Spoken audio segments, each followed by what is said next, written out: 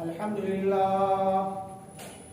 لله نحمده ونستعينه ونستغفره ونعوذ بالله من شرور أنفسنا ومن سيئات أعمالنا من يهده الله فلا مضل له ومن يضلل فلا هادي له وأشهد أن لا إله إلا الله وحده لا شريك له وأشهد أن محمدا عبده ورسوله أما بعد فإن خير الحديث كتاب الله وخير الهدي هدي محمد صلى الله عليه وسلم وشر الأمور محدثاتها وكل محدثة بدعة وكل بدعة ضلالة وكل ضلالة في النار. قال الله تبارك وتعالى في كلامه المجيد والفرقان الحميد: أعوذ بالله من الشيطان الرجيم بسم الله الرحمن الرحيم. لقد جاءكم رسول من أنفسكم عزيز عليه ما عنتم حريص عليكم بالمؤمنين رؤوف رحيم. وقال النبي صلى الله عليه وسلم فيما رواه عنه أبو هريرة رضي الله عنه وجابر بن عبد الله رضي الله عنهما أن النبي صلى الله عليه وسلم قال: مثلي ومثلكم كمثل رجل استوقد نارا فجعل الجنادب والجراد والفراش يقعن فيها ويقتحمنها وهو يذبهن عنها وأنا آخذ بحجزكم عن النار وأنتم تفلتون من يدي وتقتحمون في النار أو كما قال النبي صلى الله عليه وسلم. رواه البخاری ومسلم. اللہ رب العالمین کا بہت بڑا احسان ہے اور اس احسان پر اس کا شکریہ بجا لانا ہمارا اولین فریضہ ہے کہ اللہ تعالیٰ نے ہم سب کو مسلمان بنایا، ہم سب کو اسلام جیسی عظیم اور نادر نعمت سے نوازا جس نعمت کے مقابلے میں دنیا کی کوئی بھی نعمت نہیں ہے. جب اسلام آیا تو دنیا طرح طرح کی گمراہیوں میں بھٹک رہی تھی. اسلام آیا تو انسانیت بحر ظلمات میں غرق تھی. گمراہی اور ضلالت، بے رہنمی اور بد اخلاقی، فواحش و منکرات، غرض یہ کہ کوئی بھی برائی جس کا تعلق چاہے وہ عقائد سے ہو، چاہے وہ عملیات سے ہو، چاہے وہ اخلاقیات سے ہو، چاہے وہ لوگوں کے ساتھ ملنے جلنے کے طور طریقوں سے ہو، الغرض زندگی کے ہر موڑ پر، زندگی کے ہر میدان میں انسان انتہا درجے کی ضلالت اور گمراہی تک پہنچ چکا تھا. انسان اس زمانے میں جس وقت اسلام آیا، دنیا کی کوئی برائی ایسی نہیں تھی جو اس وقت نہ پائی جاتی ہو، اور وہ بھی اپنی انتہا کو پہنچی ہوئی. یعنی قیامت تک آنے والے وقتوں میں کوئی بھی برائی اتنی بڑی نہیں آ سکتی جو اس زمانے جاہلیت میں نہ آئی ہو، بلکہ زمانے جاہلیت کی برائیاں قیامت تک آنے والی تمام برائیوں پر حاوی ہیں. ہر طرح کی گمراہیوں پر حاوی ہیں. اسی لیے تو اللہ تعالیٰ نے اپنے آخری نبی جناب محمد رسول اللہ صلی اللہ علیہ وسلم کو اس زمانے میں بھیجا. یہاں آپ حضرات اس بات کو ذہن نشین کرتے چلیں کہ نبی آخر الزمان آج سے 1442 سال پہلے آئے.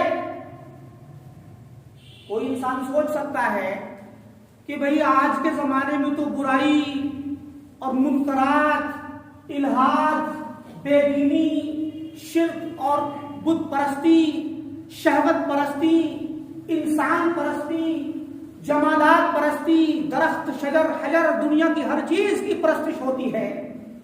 اور انسان آج کے زمانے میں اخلاقی گراوٹ میں، جنسی بیرارغی میں، شہوت کی پیروی میں بہت آگے جا چکا ہے. تو آج کے زمانے میں نبی آنا چاہیے تھا، یا اگر آپ کو اللہ تعالیٰ نے بھیج ہی دیا تھا تو آج کے زمانے میں نبی کیوں نہیں آتا؟ یہی وہ سوال تھا جو مرزا غلام احمد قادیانی کو گمراہ کر لے گیا کہ اللہ تعالیٰ نے انسانوں کے درمیان نبیوں کو بھیجا تاکہ نبی انسانوں کی برائیوں پر انہیں تنبیہ کریں، انہیں ہدایت کی راہ دکھلائیں. تو کیا آج کے زمانے میں نبی کی ضرورت نہیں ہے؟ کیا آج انسان گمراہ نہیں ہے؟ یہ سوال تھا. جب انسان موجود ہے اور گمراہی موجود ہے، بلکہ گمراہی اپنے طرح طرح کے رنگوں میں، طرح طرح کی شکلوں میں روز بروز آتی ہے اور بڑھتی ہے اور پھیلتی ہے. بلکہ اگر بعض اعتبارات سے دیکھا جائے تو آج کے زمانے میں تو گمراہی کے پھیلنے کے اسباب اور ذرائع بہت زیادہ ہو چکے ہیں. تو پھر آج نبی کیوں نہیں آ سکتا؟ اس کا جواب یہی ہے کہ زمانہ جاہلیت میں دنیا کی ہر برائی اپنی انتہا تک پہنچی ہوئی تھی. آپ کسی بھی برائی کو لے لیجئے، اس کی اصل کو، شہوت پرستی یا ناجائز چیزوں کو، یا بے پردہ عورتوں کو، یا عورتوں کا بے پردہ نکلنا، یا نامحرم کے ساتھ ناجائز تعلقات رکھنا، کیا یہ چیز کوئی نئی ہے؟ کیا زمانہ جاہلیت میں نہیں تھی؟ زمانہ جاہلیت میں تو اس سے کہیں زیادہ خطرناک حالات. لوگ اپنے مہمانوں کو اپنے گھر کی بیٹیاں اور اپنی بہویں یا اپنی عورتیں یا اپنی لونڈیاں بطور تحفے دے دیتے تھے کہ لو استعمال کرو. لہذا زمانہ جاہلیت کی برائیاں اپنی آخری انتہا کو پہنچی ہوئی تھی. اور اس کے علاوہ زمانہ جاہلیت میں کوئی بھی ایسی برائی نہیں آج کے دور میں جو اس وقت نہ پائی جاتی. لہذا اللہ تعالیٰ نے ایک نبی کو بھیجا جس نبی نے آ کر کے انسانیت کو ان تمام برائیوں سے، گمراہیوں سے بچانے کے لیے ایک ہدایت کا راستہ دکھلایا. اور قیامت تک آنے والے سارے کے سارے لوگ ان تمام برائیوں کے باہر نہیں ہیں، اور ان کو اس ہدایت سے زیادہ کسی اور ہدایت کی ضرورت نہیں ہے. لہذا یہ جو ہدایت آئی، یہ جو نبی آیا، یہ جو رسالت آئی، یہ جو اسلام آیا، وہ اتنا مضبوط نظام بن کر کے آیا کہ اس زمانے کے لوگوں کو بھی ضرورت تھی، اور آج کے لوگوں کو بھی ضرورت ہے، اور قیامت کے لوگوں کو بھی ضرورت رہے گی. یہ بالکل ایسا محکم اور فائنل ورژن کے طور پر الٹیمیٹ ورژن بن کر کے آیا، آخری ورژن، جس کے بعد کسی بھی طرح کی کوئی پرابلم اگر ہے تو اس کا حل اس کے اندر موجود ہے. جیسے آج ہمیں ضرورت ہے نبی کی، اسی طریقے سے انہیں بھی ضرورت تھی. مراد یہ ہے کہ پیارے نبی صلی اللہ علیہ وسلم آئے. اللہ تعالیٰ نے آپ کی آمد کو اور آپ کی شخصیت کو اہل اسلام کے لیے، اہل جہاں کے لیے، سارے عالم کے لیے کس پیرائی میں پیش کیا؟ سورہ توبہ کی اس آیت کو سنیے. فرمایا لقد جاءکم رسول من انفسکم، اے لوگو تمہارے پاس یقیناً ایک رسول آ گیا. من انفسکم، تمہارے ہی اندر سے نکل کر کے ایک بندہ، تمہیں میں سے ایک بندہ آیا، تمہارا ہی جیسا ہے، تمہارا ہی جیسا انسان ہے، تمہارے ہی طرح کا ایک باپ اور ماں سے پیدا شدہ بچہ ہے، تمہاری ہی طرح کھاتا پیتا ہے، تمہاری ہی طرح اس کی ضروریات ہیں، ایک انسان ہے، لیکن اس کو اللہ تعالیٰ نے چن لیا ہے، اختیار کر دیا ہے۔ اب اس نبی کی حالت کو دیکھیے، اس نبی کی کیفیت کو دیکھیے، اس نبی کے جذبات کو دیکھیے۔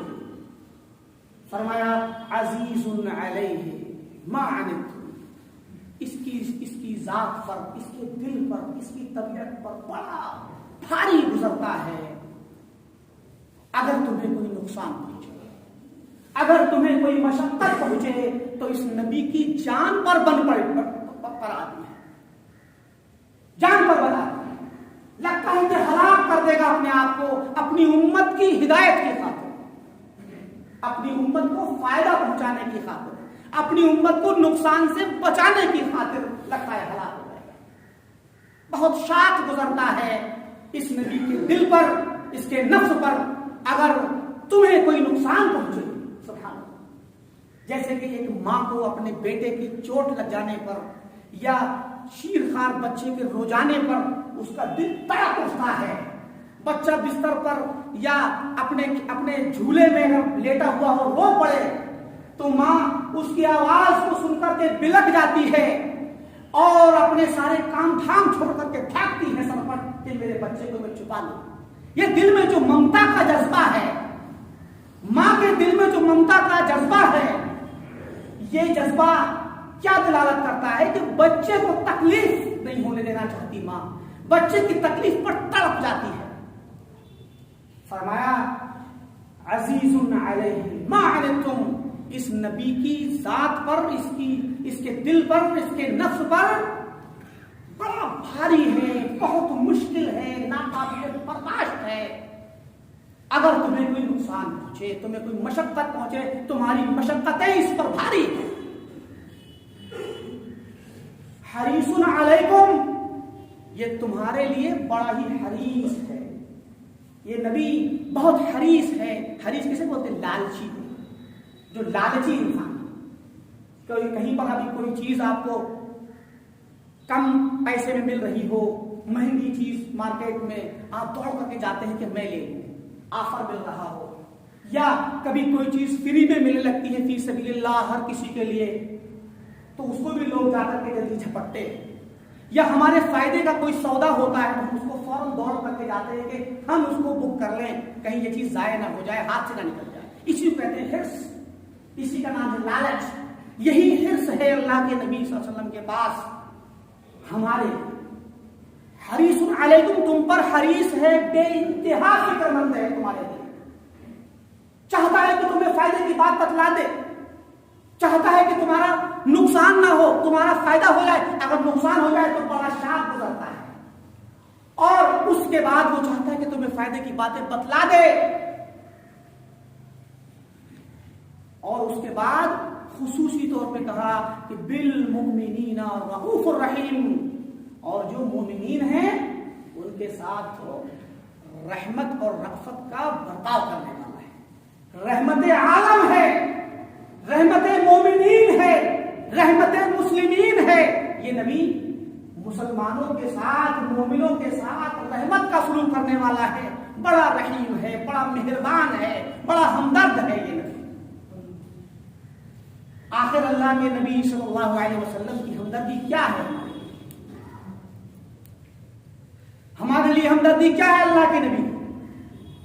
ہمارے لیے یہی تو ہمدردی ہے کہ ہم اللہ کے نبی صلی اللہ علیہ وسلم کی بتلائے ہوئے طریقے پر چل کر کے اپنی آخرت کو سنوار لیں، اللہ تعالیٰ کی رضا، اس کی خوشنودی حاصل کر لیں، اس کی ناراضگی سے بچ جائیں، اس کے حرام کردہ راستوں سے ہٹ کر کے اس کے حلال راستوں پر چلیں، اس کے واجبات اور فرائض کو جان کر کے ان پر عمل کریں، اور اس کی محرمات سے، منع کی ہوئی چیزوں سے اپنے آپ کو دور رکھیں اور اپنی آخرت کو سنوار لیں۔ یہی تو نبی چاہتا ہے۔ اس کی مثال میں نے آپ حضرت کے سامنے ایک حدیث پڑھی تھی، بخاری اور مسلم کے حوالے سے ابو ہریرہ رضی اللہ عنہ کی روایت، یہی حدیث بخاری میں ابو ہریرہ کے ذریعے سے ہے اور مسلم میں حضرت جابر بن عبداللہ کے ذریعے سے ہے، الفاظ قریب قریب ایک سے۔ فرمایا ومثلكم. اللہ کے نبی صلی اللہ علیہ وسلم نے فرمایا اے لوگو، اے میرے صحابہ، اے مسلمانوں، سنو میری اور تمہاری مثال کیسی ہے. فرمایا میری اور تمہاری مثال کمثل رجل، اس آدمی کی طرح ہے استوقد نارا، جو آگ جلائے. یعنی بندہ کہیں جنگل میں ہو، کہیں کھلی ہوئی فضا میں ہو، اور وہاں پہ وہ آگ کا الاؤ لگائے چھوٹا سا. جب آگ کا الاؤ لگتا ہے، اور خاص کر کچھ موسم، بعض موسم ایسے ہوتے ہیں اپنے یہاں، خاص کر جو برسات کا موسم ہوتا ہے وہاں، یا عرب میں تو عام دنوں میں بھی جب صحرا کے اندر، صحرا میں ہر طرح کیڑے مکوڑے ہوتے ہیں. فرمایا جب اس نے آگ لگائی تو کیا ہوا کہ فجعل الجنادب والجراد والفراش یقعن فیها. آپ دیکھتے ہیں کہ موم بتی جلتی ہے تو اس پر کیڑے مکوڑے پتنگے اس پہ آ کر کے گرتے ہیں، یا اس کو گلے لگانا چاہتے ہیں، اس کو چومنا چاہتے ہیں. ایسے ہی اگر آپ کوئی بلب جل رہا ہو تو چھوٹے چھوٹے بھنکے، چھوٹے چھوٹے پتنگے، چھوٹے چھوٹے اس طرح کے کیڑے مکوڑے آتے ہیں. یا خاص کر بعض موسموں میں، ہمارے یہاں کے موسم میں خاص جب مرطوب موسم ہوتا ہے، گیلا موسم ہوتا ہے، اس وقت زیادہ ہوتا ہے. تو ہوتا کیا ہے کہ وہ پتنگے اس آگ میں کودنے لگتے ہیں، اس کے اوپر سے گزرنا چاہتے ہیں. اللہ تعالیٰ نے ان کی فطرت ہی ایسی بنائی ہے. تو کیا ہوتا ہے کہ اللہ کے رسول نے فرمایا کہ اس آدمی نے آگ جلائی، اور اس آگ کے جلنے کے بعد پتنگے، چھوٹے چھوٹے کیڑے مکوڑے اس کے اندر کودنے لگے اس آگ میں، اور وہ بیچارہ ان پر رحم کھاتے ہوئے کہ جل جائیں گے انہیں ہٹا رہا ہے. اس کو ادھر ہٹاتا ہے تو وہ دوسرا کودتا ہے، اس کو ہٹاتا ہے، اس کو ہٹاتا ہے. الغرض وہ انسان ان پتنگوں کو بار بار ہٹانے میں لگا ہے، مگر وہ اس سے چھڑا کر کے پھر کودتے ہیں اور جل کر کے راکھ ہو جاتے ہیں. وہ اس آدمی کی تصویر اپنے ذہن میں رکھیے. تب آپ نے فرمایا وَأَنَا آخِذٌ بِحُجَزِكُمْ، میں تمہاری کمر پہ کمر بند باندھنے کی جگہ جو ہوتی ہے اس کو حجزہ کہتے ہیں عربی میں، تمہاری کمروں کو پکڑ کر کے دونوں ہاتھوں سے پکڑے ہوئے ہو عن النار، تاکہ تم جہنم میں نہ گر جاؤ.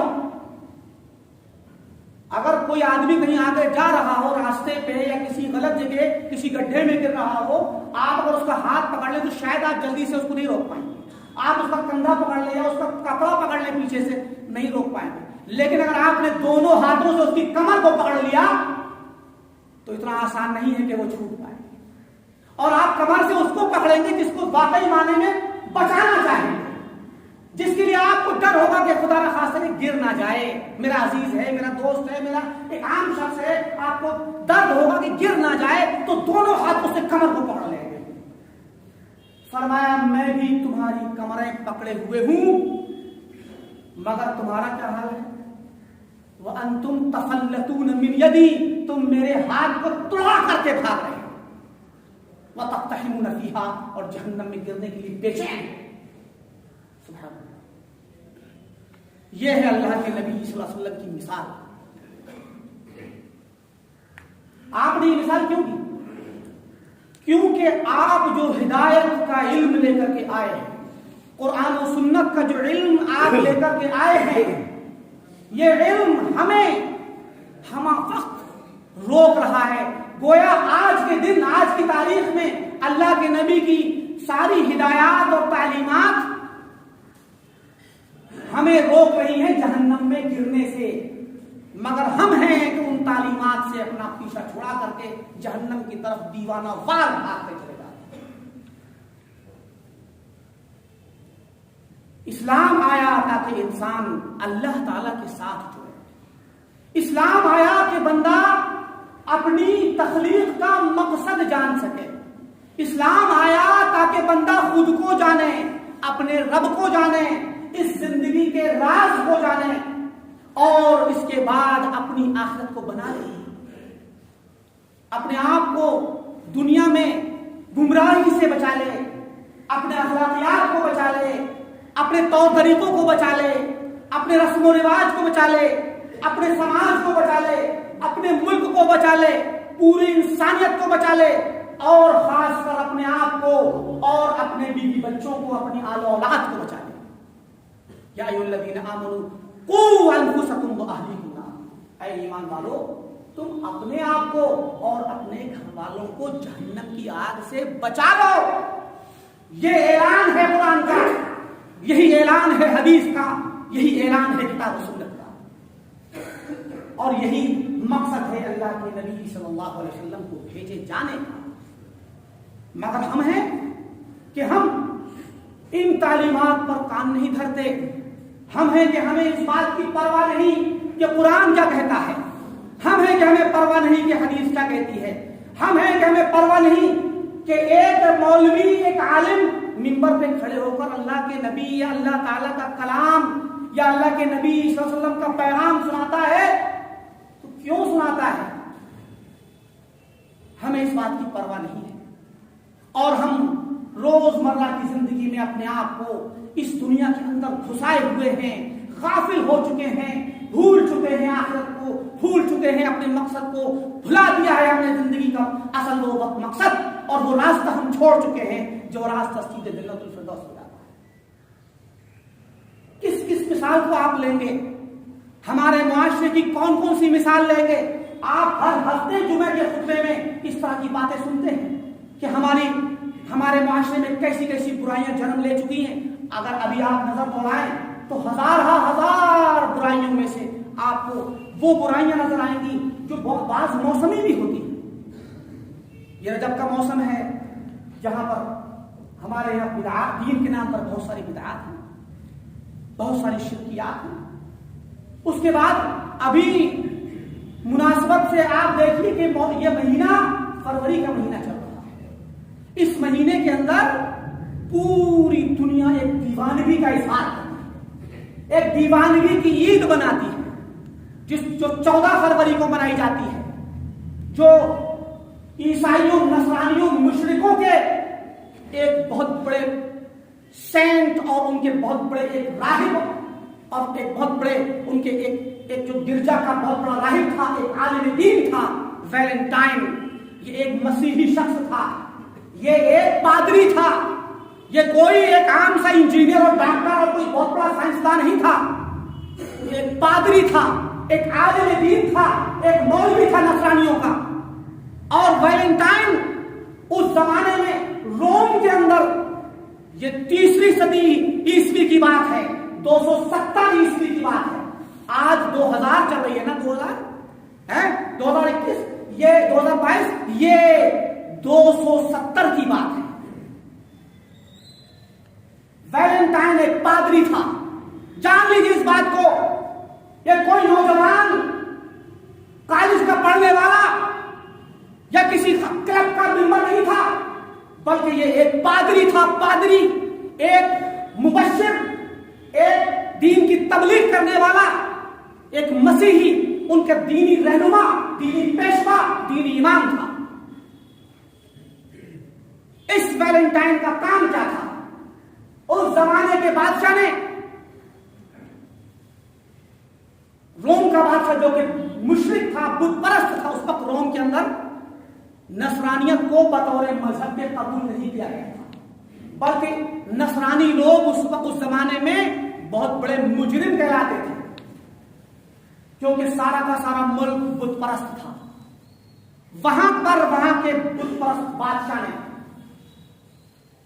اپنی فوج پر یہ حرام کر رکھا تھا، فوجی لوگوں پر، اپنی آرمی پر، کہ کوئی بھی آرمی کا بندہ جب تک فوج کی ڈیوٹی میں ہے، جب تک ریٹائر نہیں ہوتا، اس وقت تک وہ شادی نہیں کر سکتا، کیونکہ اگر شادی کرے گا تو ظاہر ہے شادی کرے گا تو شادی کی زندگی میں رہے گا تو لڑائی کیسے رہے گا۔ ان کی جنگیں ہوا کرتی تھی یورپ کے دوسرے ممالک کی دوسری قوموں سے، خاص کر گوتھ قوم، قبائل گوتھ جو ہوا کرتے تھے، گوتھ قبائل سے جنگ ہوتی تھی۔ اس نے بلکہ اعلان کر رکھا تھا کہ اگر کوئی فوجی ہمارے ساتھ جنگ میں لڑے گا اور اپنی اچھی کارکردگی دکھائے گا، مخالفین کے 2-4-6 لوگوں کو مار دے گا، تو ہم اس کو ریٹائرمنٹ دے دیں گے اور 2-3-4 عورتیں جتنی چاہے وہ لے لے اور زندگی گزارے، مگر جب تک فوج کے اندر ہماری سروس پر ہے شادی نہیں کر سکتا۔ لیکن اس کی وجہ سے کیا، اب دیکھیں آپ، یہ غیر فطری قوانین، غیر فطری نظام انسان کی فطرت کے خلاف جب ہوتا ہے تو بغاوت پیدا ہوتی ہے، کیونکہ اللہ تعالیٰ نے جس نظام پر انسان کو پیدا کیا ہے وہ یہ نہیں ہے کہ انسان فطرت سے بغاوت کرے۔ شادی انسان کی ضرورت ہے، خاص کر نوجوانی میں جوانوں کی ضرورت ہے، اور انسان کو بحیثیت انسان، مرد کو بحیثیت مرد، عورت کو بحیثیت عورت، عورت کو مرد کی ضرورت ہے اور مرد کو عورت کی ضرورت ہے، یہ انسانی ضرورت ہے۔ لہذا اس نے فوج پر حرام کر دیا تھا کہ وہ کوئی بھی فوجی شادی نہیں کر سکتا۔ ویلنٹائن، پادری ویلنٹائن جو تھا وہ کیا کرتا تھا کہ وہ تبلیغ کرتا تھا اپنے دین مسیحی کی، نصرانی مذہب کی تبلیغ کرتا تھا، اور تبلیغ کرتے کرتے فوجیوں کے کیمپوں میں جا کر کے، فوجیوں کے علاقوں میں جا کر کے ان کی شادیاں چپکے سے کرا دیتا تھا۔ جن لوگوں کو شادی کی ضرورت ہوتی تھی چپکے سے کرا دیتا تھا ان کا نکاح۔ اب یہ کام دھیرے دھیرے ہونے لگا، اور وہ چھپی شادیاں ہیں، وہ بیوی کہیں اور ہے، وہ چھٹی لے کے جاتا ہے، جا کر کے اپنے بیوی کے ساتھ زندگی گزارتا ہے، پھر اس کے بعد آ جاتا ہے۔ بادشاہ کو کچھ دنوں کے بعد خبر ہو گئی، بادشاہ کو جب خبر ہوئی تو اس بادشاہ نے ویلنٹائن کو گرفتار کروا کر کے جیل میں ڈال دیا، اور اس کے خلاف پھانسی کی سزا کا فیصلہ سنا دیا گیا۔ اب سب سے پہلی چیز یہ ہے کہ ویلنٹائن کی کا جو گناہ تھا وہ کیا تھا؟ شادی کروانا۔ دوسری چیز یہ ہوئی کہ جب کچھ دنوں تک وہ جیل میں پڑا رہا، جب تک کہ اس کا جو ٹائم مقرر ہے سزا کا اس وقت تک کے لیے، اسی دوران اس جیل کا جو جیلر تھا، اس جیلر کے پاس اس کی لڑکی کھانا بنا دینے آتی ہوگی یا وہاں پر پہنچتی ہوگی، اس کی لڑکی کے ساتھ اس کا ایک تعلق قائم ہو گیا، ایک محبت کا تعلق۔ ویسے بھی پریچر تھا، داعی تھا، مذہب نصرانی کی تبلیغ کرتا تھا، تو اس سے وہ متاثر ہو گئی ہو، اور وہیں وہ اس کے ساتھ عشق اور محبت میں گرفتار ہو گئی جیلر کی لڑکی۔ اب اس نے کیا کیا؟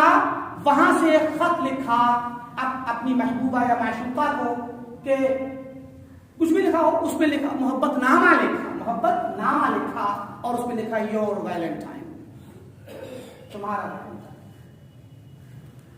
یہ اتفاق سے جب اس کی موت کی پھانسی کی سزا کا جس دن موت کا وقت آیا، وہ اتفاق سے 14 فروری تھی۔ 14 فروری کے دن ویلنٹائن کو پھانسی دی گئی۔ اب آپ دیکھیں کہ ویلنٹائن کی زندگی کے 2 اہم واقعے ہوئے۔ ایک تو یہ کہ وہ جس جرم میں پکڑا گیا وہ جرم تھا شادی کروانا۔ شادی بھی تو ایک محبت کا پاکیزہ نظام ہے نا، جائز محبت کا نظام ہے شادی، اور ناجائز و حرام محبت کی علامت ہے عشق و معاشقہ۔ وہ ایک طرف محبت کی جائز شکل کے لیے تبلیغ کرتا تھا، وہ اس کا جرم تھا، اور اتفاق سے اس کی ایک اور واقعہ پیش آیا کہ اس نے جیلر کی بیٹی کے ساتھ عشق یا محبت کی۔ یہ اور بات ہے کہ وہ جیل ہی میں رہا، لیکن عشق جیسا بھی تھا اس نے کیا، اور اس کے بعد اس نے اس کو ایک خط لکھا۔ اب جب اس کی 14 فروری کو پھانسی ہو گئی تو یہ واقعہ نصرانیوں کے لیے، اس زمانے کے جو عیسائی تھے ان کے لیے بڑا دکھ دینے والا اور ایسا واقعہ تھا کہ یہ لوگ ویلنٹائن کو شہید کہتے تھے۔ شہید ویلنٹائن کیوں؟ کیونکہ ظاہر ہے کہ ایک کفار کے ہاتھوں مارا گیا اور کام کرتا تھا نیک، دین کی تبلیغ کرتا تھا اور اللہ تعالیٰ کے حکم کے مطابق شادی کروانے کا کام کرتا تھا، یہ تو کوئی گناہ نہیں ہے۔